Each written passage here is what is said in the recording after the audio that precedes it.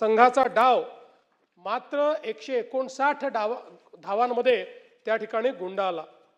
विशेषतः आमच्या फलंदाजांनी अतिशय उत्कृष्ट कामगिरी केली। संजू सॅमसन ज्यांनी गेले 3ही सामने भारताला विजयाकडे नेलं, त्यांनी 46 चेंडूत 89 धावा या ठिकाणी काढून संघाला भक्कम पाया दिला।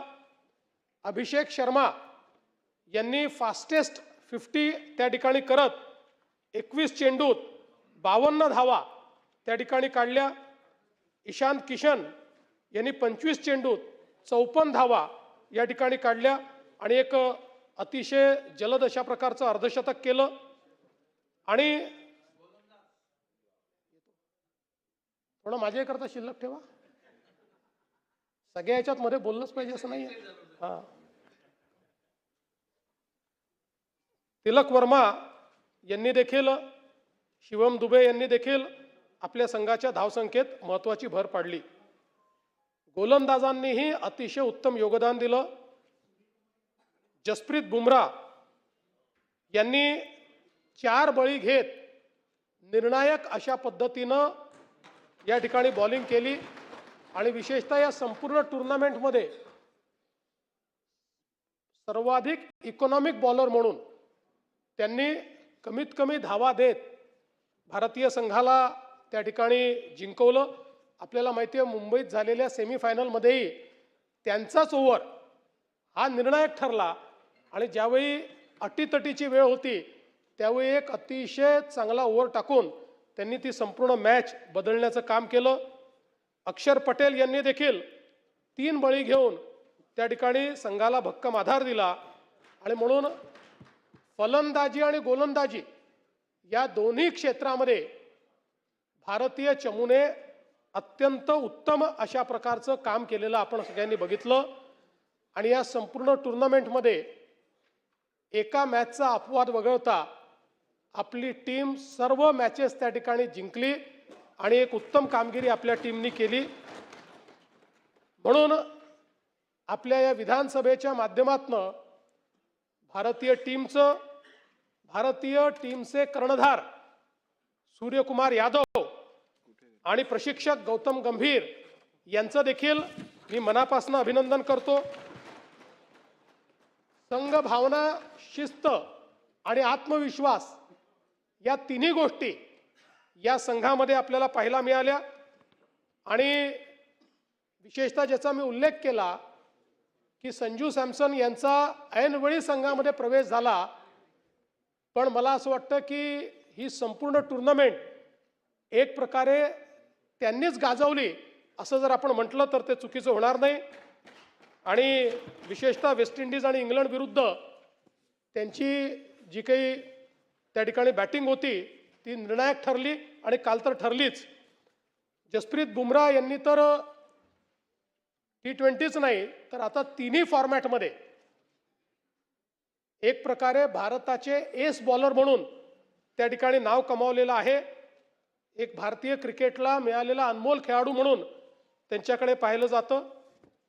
विशेषतः ईशान किशन यांचं देखील आपण विशेष अभिनंदन करूया, कारण अंतिम सामन्यापूर्वी एक दिवस आधी त्यांच्या घरी जवळचा अपघाती मृत्यू झाला। अशाही परिस्थितीमध्ये वैयक्तिक दुःख बाजूला ठेवून अत्यंत ताकदीनं ते मैदानात उतरले आणि आपल्या विजयाकडे त्यांनी आपल्याला नेलं। अशा धैर्यवान खेळाडूचं देखील मी विशेष अभिनंदन करतो। आपल्याला कल्पना आहे की भारतीय क्रिकेटचा जो गौरवशाली इतिहास आहे त्याची सुरुवात 1983 साली कपिल देव यांच्या नेतृत्वाखालील आपल्या टीमने ज्यावेळी वेस्ट इंडिजला हरवून पहिल्यांदा आपण विश्व चॅम्पियन झालो लॉर्ड्सवर, तिथनं सुरुवात झाली। 2007 मध्ये महेंद्रसिंग धोनी यांच्या नेतृत्वात पहिल्यांदा T20चे विश्वचषक आपण जिंकलं।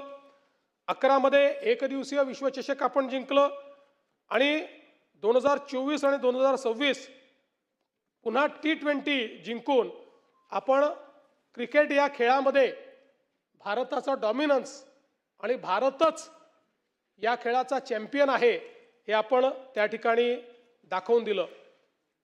महाराष्ट्राला विशेष अभिमान हा आहे की कर्णधार सूर्यकुमार यादव हा आपले मुंबईचे आहेत,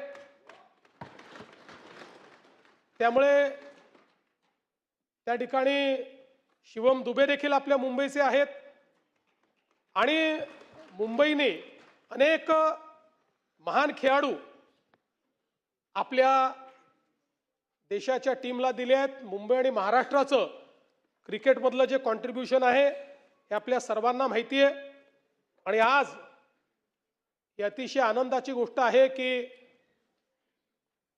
आपल्या देशातले गावातले सामान्य खेळाडू देखील आज आंतरराष्ट्रीय स्तरावर खेळतायत आणि त्या ठिकाणी चॅम्पियनशिप जिंकतायत।